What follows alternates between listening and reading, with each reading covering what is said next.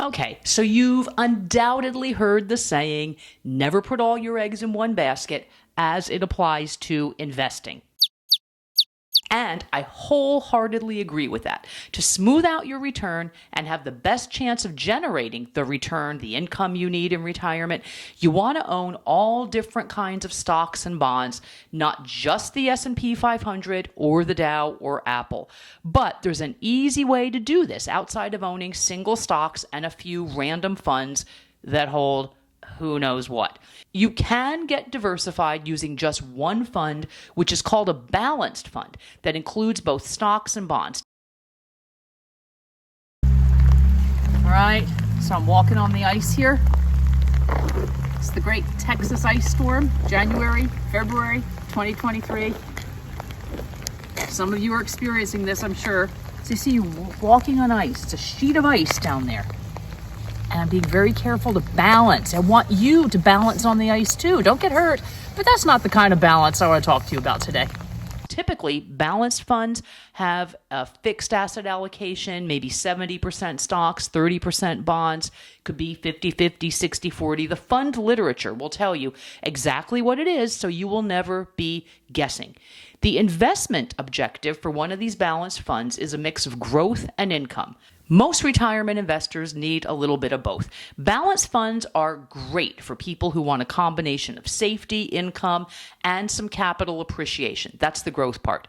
Here's an example of a balanced mutual fund. The Fidelity Balanced Fund is its name, and it has a mix of U.S. equity, non-U.S. equity, and some fixed income. Balanced funds usually have a stated objective. It could be aggressive, moderate, or conservative.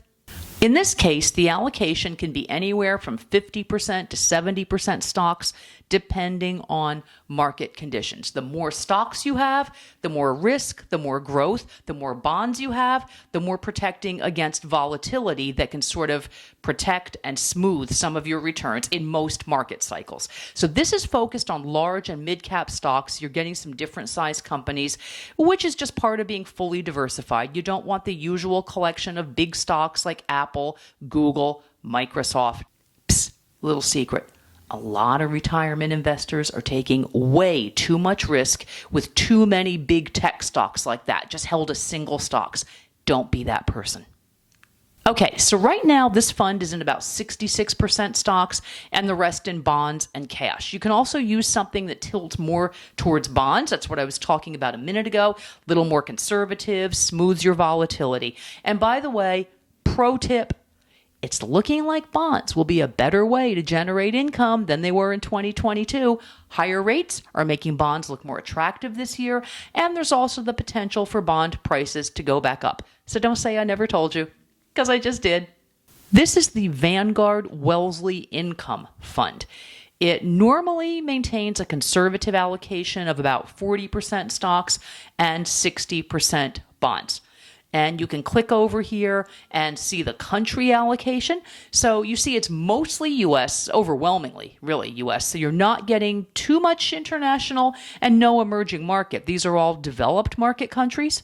But it does give you a good mix of sectors. I like that it's not too heavily skewed toward tech, which hasn't done well in the past year, and they can adjust those holdings as the different sectors start to do better. So as tech begins to do better, they can adjust that holding upward. So if you want an easy way to get some diversification using one fund, something like one of these examples can be a smart choice to get broader exposure than if you just bought a few single stocks and called it a day. If you want some help figuring out what's the best portfolio for you, give us a shout over at Blue Marlin Advisors. There's the URL right there, bluemarlinadvisor.com.